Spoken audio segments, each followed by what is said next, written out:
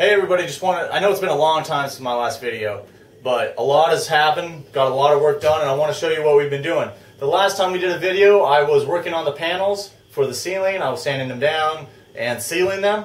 Well, I have begun putting them in, and here they are. I have 4 panels in right now, so half the ceiling is done. And this is 1/4-inch birch bender board, and I have set it with these 1 1/4-inch K-Lath stainless steel screws. And I'm running down each rib, and each rib, like I showed in the last videos, has been supported by furrings that were cut by a bandsaw, that shape of the bus. And so we got the ceiling going in, and right now we're also working on the furrings for the walls. So all the way down the entire length of the bus, I have installed these furrings. Each furring sticks out 3/4 of an inch from this angle iron channels that run the length of the bus. I mounted them again with these metal lag screws, and these they're self-drilling 2-inch screws, and these are mounted hard. Behind each one of these, we got a silicone bead to help with vibration in case there's ever any the screws ever loosen up, but I'm not too worried about that. But what this is going to allow me, since I pulled it out 3/4 of an inch away from the wall, is I'm going to be able to take 3/4-inch foam board, and I'm going to be able to place it between here and still maintain an air gap big enough for my Reflectix. And so we're going to run Reflectix 3/4 of an inch of air gap, and then foam board to help with convection heat loss. And then on the walls, around the windows, I'm running furring strips down the length of the bus. We got one here that goes all the way down, and then there's going to be another one above it right here. We're going to channel in around the windows with plywood, 3/4-inch plywood that will be cut to shape, and that will also allow us to put 3/4-inch foam board on the walls as well.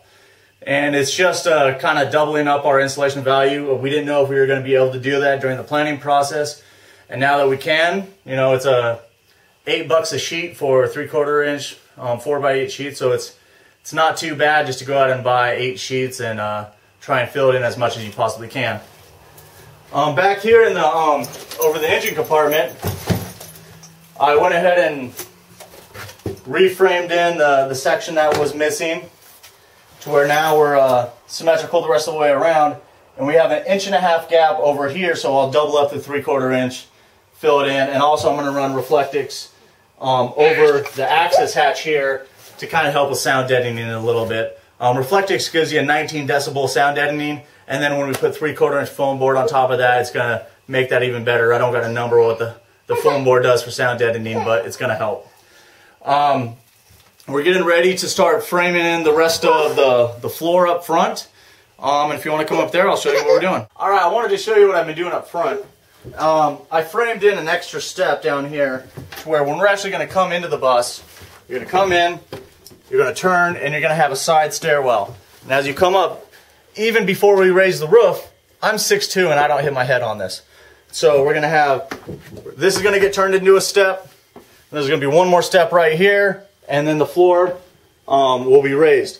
We're extending the floor 46 inches. So if you go to back up, take a look at this. How we have these 3 steps here. It's going to be leveled out all the way to here, drop down. We're going to level out this, and this is where the buddy seat's going to go. So we're going to have captain's chair, buddy seat. Right behind the buddy seat, we're removing this step. I am adding a folding bench seat out of a 1993 Blazer. We're repurposing it. This bench seat will fit right here, and when it folds down, it will be below the level of the floor, which will allow us that during transport, open the floor up, we'll have a hatch, flip the seat up. Now you will have 5 seats, 1, 2, 3, 4, 5, that will all have seat belts and meet all safety requirements. Because we got kids, we don't want to have kids in car seats sitting on a sideways couch. It's just not very safe. And so we're actually going to install actual car seats in here. And so that's the whole purpose of putting the jump seat under the floor. And so when you're not transporting, that seat will fold down. It's only 8 inches high when it's fully folded, and we're going to be able to close the hatch over it, and the flooring will be just seamless behind the buddy seat where I'm standing. So it's a little more complicated, but it's going to allow us to have a lot more floor space because we're going to get the full 46 inches out of it instead of with the bench right there. All right, well, stay tuned and you'll see more episodes pretty soon on when we get the paneling in and then the sheathing on the walls. So thanks for watching.